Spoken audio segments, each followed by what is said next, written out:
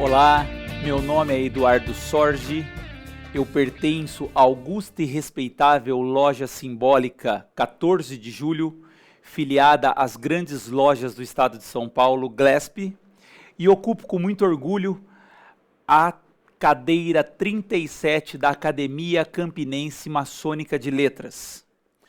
Hoje é com muita alegria que a gente vem abordar um assunto que é o lançamento do meu novo livro, Maçonaria, alguns de seus mistérios, curiosidades e histórias. A história desse livro é muito interessante. Alguns anos atrás, eu escrevi esse livro com 7 capítulos. A ideia era elaborar um livro que não mostrasse somente um conteúdo exclusivo para maçons, mas sim um livro aberto, contando histórias da maçonaria universal, da maçonaria ao redor do mundo, que qualquer pessoa poderia comprar numa livraria, inclusive para matar a sua curiosidade. Esse livro foi escrito com 7 capítulos e lançado 4 anos atrás. Em uma conversa a respeito do lançamento da segunda edição desse livro, eu tomei a liberdade de escrever mais 8 capítulos. Portanto, esse livro que está sendo lançado agora, Maçonaria, alguns de seus mistérios, curiosidades e histórias, ele tem 15 capítulos. Os 7 capítulos já pré-existentes na primeira edição, com mais 8 novos capítulos, formando ali um total de 15 capítulos para essa obra que está linda, muito interessante, uma obra que veio aí com páginas especiais, capa dura, eu irei mostrar agora para vocês. Aqui está o livro que está sendo lançado, né? E eu vou, nessa apresentação, abordar rapidamente um spoiler, algumas informações pertinentes a cada capítulo para aguçar a vontade do leitor, né? Então é realmente ali antecipar algumas breves informações para vocês, para que possa gerar aí a curiosidade a respeito dessa obra tão querida, que foi feita com tanto carinho para todos. Em relação aos capítulos que compõem essa segunda edição dessa obra, nós temos História da Maçonaria na Itália, História da Maçonaria na Índia, História da Maçonaria no Oriente, Maçonaria e o Egito Antigo, História da Maçonaria na Rússia, Presidentes maçons dos Estados Unidos da América, Maçonaria e o seu relacionamento com a doutrina espírita kardecista, Cidade de Washington e a maçonaria, Wolfgang Amadeus Mozart e a maçonaria, Maçonaria e o judaísmo, Illuminati e a maçonaria, algumas relações entre a sequência de Fibonacci, proporção áurea e a maçonaria, maçonaria e sua influência africana, maçonaria e a Igreja Católica e os principais lugares turísticos maçônicos mundiais.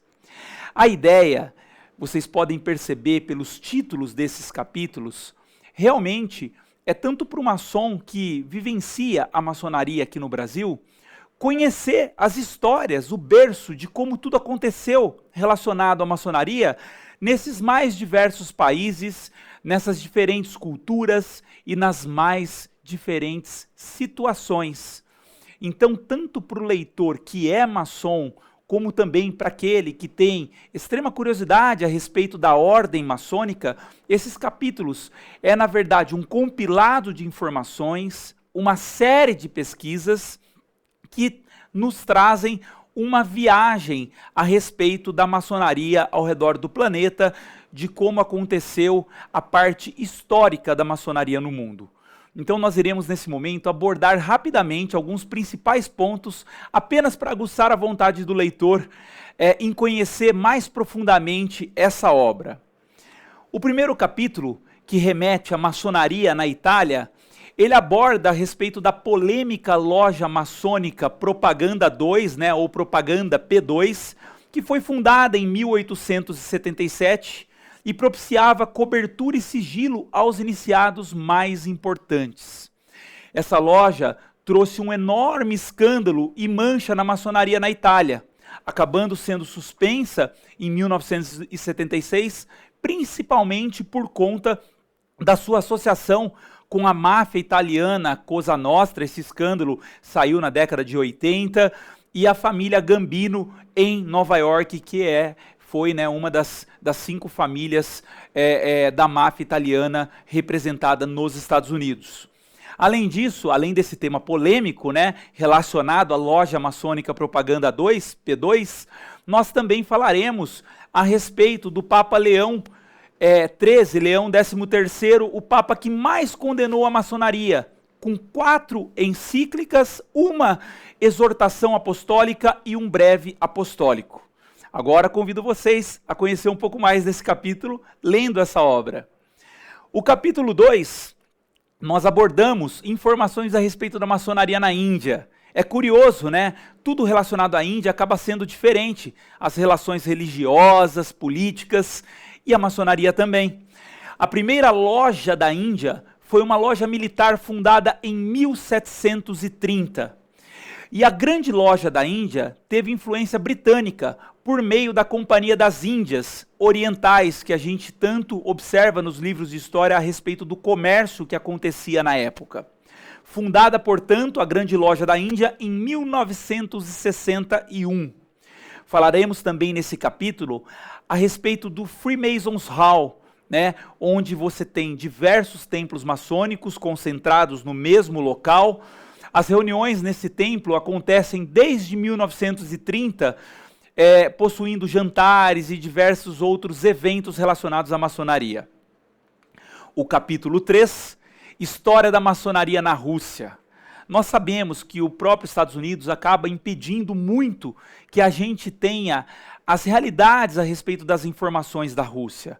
Tudo vem distorcido e a gente às vezes tem uma ideia daquele país, uma ideia daquele povo, daquela cultura que muitas vezes acaba sendo deturpada. Então, a respeito da maçonaria não é diferente. Nós falaremos nesse capítulo a respeito da Catarina a Grande, né? Foi a época onde floresceu a maçonaria no reinado dela, de 1762 a 1796. Na sequência, a performance da maçonaria na Rússia proporcionou para Catarina II uma consolidação de amizade com as grandes potências que lideravam a política mundial. Ou seja, a maçonaria teve um importante papel na parte de relacionamento político da Rússia com os demais países naquela época. Falaremos na sequência a respeito da maçonaria e o Egito Antigo. Esse tema é muito abordado dentro da ordem maçônica. Temos o mito de Ísis e Osíris, que é um dos arquétipos fundamentais da prática maçônica em sua visão espiritualista. Além disso, Paine, naquela época, apresentou estudos sobre a primeira Constituição que estabelece ponto de partida para o direito maçônico moderno. Conde Alexandre Cagliostro foi o criador da maçonaria egípcia e tem um fato curioso, estabelecendo conexão secreta entre a ordem Illuminati e a maçonaria egípcia na época. Por fim, a respeito do Templo de Salomão, que é essencialmente egípcio, uma obra essencialmente egípcia, baseada nas habitações das tendas dos faraós, e representa uma conexão real entre a maçonaria e o Egito Antigo. Volto a lembrar vocês que todas essas informações são apenas detalhes. Vocês vão conseguir se aprofundar muito mais nessa viagem, lendo esse livro que foi feito com tanto carinho. O próximo capítulo seria a maçonaria no Oriente, né? A parte oriental é realmente tudo diferente, desde a culinária, as relações, os costumes, a cultura. Então, na maçonaria também tem essas diferenças. O Japão constantemente apresentou políticas para se manterem por séculos isolados de qualquer estrangeiros, principalmente ocidentais. Isaac Titsing foi o primeiro maçom a visitar o Japão nesse período. Ele era um comerciante holandês. Na época existia uma relação comercial interessante no Oriente, que acontecia ali principalmente na região de Macau, na China. Nós também falaremos disso nesse capítulo, tá? Somente com o pedido do general Douglas MacArthur foi autorizada a permissão das autoridades japonesas para que os naturais japoneses se juntassem às lojas maçônicas, ou seja, durante um bom tempo existiram as lojas maçônicas no Oriente, porém elas eram habitadas, né, representavam o seu quadro somente os comerciantes estrangeiros. Demorou um longo tempo para que os orientais se juntassem a essas colunas maçônicas. O próximo capítulo seria os presidentes maçons dos Estados Unidos na América. Sempre existe uma discussão, tal presidente foi maçom, tal presidente foi maçom relacionado aos Estados Unidos. Nós falaremos nesse capítulo de todos os presidentes que realmente, de fato, foram maçons nos Estados Unidos e abordando um pouquinho da história de cada presidente, quando ele nasceu, originário de qual estado, o que ele estudou, qual que era o regime político da época, um pouquinho da história desse presidente, inclusive da história maçônica dele, abordando a qual loja esse presidente pertencia na época e tudo mais, né? Ao longo da Guerra da Independência, todos os regimentos britânicos tinham uma loja maçônica incorporada. As lojas eram verdadeiras transmissoras de ideias. A filosofia de Hume, Voltaire ou Locke não teria atingido tantos homens simples da América se não fosse por essas lojas maçônicas. Com o final da guerra, George Washington foi nomeado presidente no ano de 1789 e reeleito nos presidenciais de 1792, tendo John Adams como seu vice-presidente. Lembrando que George Washington, um desses presidentes maçons que terá a sua história abordada nesse capítulo. O próximo, na sequência, nós falaremos a respeito da cidade de Washington e a maçonaria. Esse é um tema extremamente interessante, principalmente para quem é da área de arquitetura, urbanismo, planejamento, né? Porque a cidade de Washington inteira ela foi planejada com símbolos maçônicos. O Capitólio, o Memorial Lincoln, o Monumento de Washington e o National Hall são lugares com simbologia da maçonaria. Vista do céu, a disposição desses lugares foram arquitetados claramente no formato de um compasso e de um esquadro. Símbolo esse utilizado pela maçonaria até hoje. A capital dos Estados Unidos, Washington, foi planejada segundo princípios maçônicos. De acordo com essa formulação, na disposição das ruas e prédios da cidade, é possível identificar o desenho de símbolos utilizados da sociedade secreta, como o esquadro, o compasso e também o pentagrama. Fica aqui o spoiler que nós iremos abordar também a respeito da parte subterrânea de Washington, que tem diversos, inúmeros elementos maçônicos. No próximo capítulo, maçonaria e o seu relacionamento com a doutrina espírita kardecista. Sempre na maçonaria se discute Tiradentes foi ou não maçom, algum outro representante da política na época, algum rei foi ou não maçom. E isso não é diferente com Allan Kardec. Allan Kardec, o pai do espiritismo kardecista, ele viveu ali em meados de 1852, 1857, acredito que foi a data do seu falecimento. Existe hoje, até hoje, uma discussão muito grande se Allan Kardec foi de fato maçom ou não. Nós iremos abordar um pouquinho da história da doutrina espírita kardecista e corroborar isso com a maçonaria nesse capítulo. Nunca foi encontrado o registro de Allan Kardec nas lojas maçônicas francesas. Porém, Kardec foi muito influenciado e até mesmo considerado um discípulo do maçom Franz Mesmer. Diversos termos maçônicos espalhados em todas as suas obras reforçam essa relação entre Allan Kardec e a maçonaria. Próximo capítulo, Wolfgang Amadeus Mozart e a maçonaria. Eu tenho um carinho muito grande por esse capítulo, um apreço extremamente forte, porque Wolfgang Amadeus Mozart é o meu patrono na Academia Campinense Maçônica de Letras. No meu ingresso na academia, acabei escrevendo a completa história a respeito de Wolfgang Amadeus Mozart, e parte dessa história escrita na época consta nesse capítulo. né? Sua produção foi aclamada por todos os críticos de sua época. Embora muitos a considerassem excessivamente complexa e difícil, Mozart escreveu também aproximadamente 30 obras destinadas exclusivamente à maçonaria.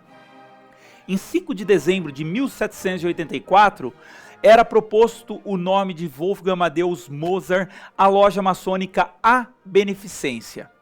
Entretanto, analisando o teor esotérico da sua obra, nota-se que Mozart era ligado à egrégora maçônica muito antes do seu ingresso na fraternidade. A história de Mozart ela é muito peculiar, é uma história ímpar e extremamente apaixonante. Nós iremos abordar, além da maçonaria, a história de vida, o relacionamento de Mozart com o seu pai, a parte romântica da vida de Mozart, todas as suas viagens, as cidades que ele conviveu ali, que ele acabou vivendo na Europa, os seus empregos e tudo mais, e realmente é um capítulo que a gente mergulha numa viagem muito interessante, vale a pena conferir. O próximo capítulo, maçonaria e judaísmo. O primeiro registro da ordem na Terra Santa foi na data de 13 de maio de 1868, quando um americano chamado Robert Morris, ex-grão-mestre do Oriente de Kentucky, organizou uma cerimônia maçônica nas pedreiras do rei Salomão. Mais importante que as influências do judaísmo sobre a maçonaria, seria sim o que a maçonaria buscou nele para torná-la o veículo mais ou menos fiel de tradições passadas, como o hermetismo, a cabala, a alquimia e a corrente Rosa Cruz. Portanto, existem diversos temas, né, que são abordados no judaísmo e que também são comumente abordados dentro da ordem maçônica. Esse capítulo acaba cruzando um pouco essas informações e isso traz uma ideia muito interessante. Illuminati e a maçonaria. Illuminati é um nome dado a vários grupos secretos, tanto reais quanto fictícios. Historicamente, o nome se refere aos Illuminati da Baviera, uma sociedade secreta da época do Iluminismo, fundada em maio de 1776. Em 16 de julho de 1782, numa reunião da maçonaria continental, os Illuminati tentaram unificar e controlar todos os ramos da maçonaria.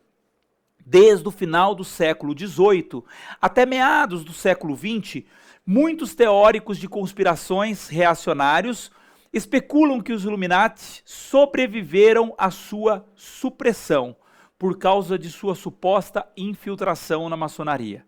Enfim, o tema Illuminati tem diversas teorias da conspiração, isso vem de revista até hoje, vem de documentários, e a gente acaba buscando um tema tão místico, tão diferente, e com as pesquisas realizadas, abordar um pouco daquilo que é verdade e daquilo que é fictício entre Illuminati e maçonaria. Algumas relações entre a sequência de Fibonacci, proporção áurea e a maçonaria. Realmente esse tema é muito interessante. Eu sou apaixonado pela sequência de Fibonacci, acompanho isso em mensagens subliminares, até em desenhos da Disney, existem diversas mensagens, e se a gente aprofundar um pouco mais nesse assunto, você fica maluco, porque você consegue observar a sequência de Fibonacci, essa relação numérica, essa sequência numérica e a parte de proporção áurea do belo e desse mimetismo em tudo que você vê. Eu, como cirurgião dentista, trabalhando na parte de estética, acabo utilizando a proporção áurea e a sequência de Fibonacci dentro da minha profissão há muito tempo. Tenho diversas aulas dentro da odontologia corroborando as informações relacionadas à sequência de Fibonacci, proporção áurea e a parte de simetria de olhos, face, rosto, boca, nariz, na confecção dos dentes o mais estético possível, o mais harmônico, o mais natural. No final do século XII, o matemático italiano Leonardo Fibonacci descreveu uma sequência infinita de números que também se encontra codificada em muitos fenômenos da natureza. Os termos da sequência estabelecem entre si a chamada proporção áurea, ou número de ouro.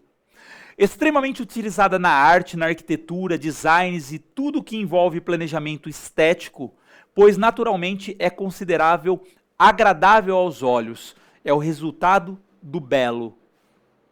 A maçonaria revela aspectos simbólicos do Templo de Salomão, que são velados e possuem uma relação direta com a sequência de Fibonacci e a proporção áurea.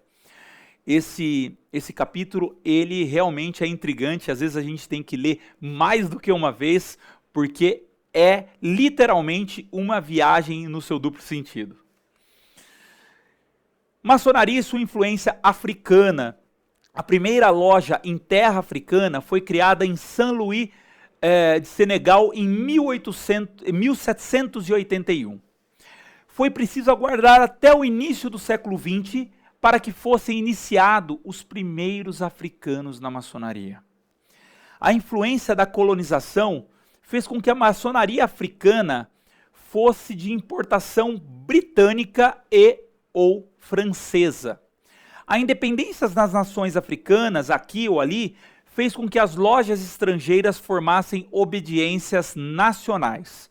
A gente observa que com os tratados e as revoluções de independências dentro da África, essas lojas foram criando sua autonomia própria e gerando seus próprios orientes ali dentro da África com o passar do tempo. Mas é interessante entender como aconteceu a parte histórica da maçonaria africana.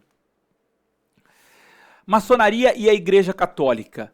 Esse tema é absurdamente polêmico. Nós vivemos um país, o Brasil, que é um país onde o catolicismo ele é muito forte. Diferente do Oriente, que às vezes o catolicismo não é tão propagado, o catolicismo ele tem a sua força número 1 dentro do nosso país há muito tempo. E a guerra existente, as divergências de opinião existente entre a maçonaria e o catolicismo, ela remete a muito tempo. A igreja e a maçonaria é um tema de discussão secular. As relações entre a Igreja Católica Apostólica Romana e a maçonaria nunca foram amistosas, embora em alguns momentos da história da humanidade tenhamos observado avanços e retrocessos nesse relacionamento. Sempre é possível observar que, de acordo com algumas situações políticas, alguma situação onde o mundo está vivendo naquele momento, essa divergência, essa retaliação acaba ficando um pouco mais branda. Em alguns momentos da história, ela acaba novamente renascendo com força e vigor.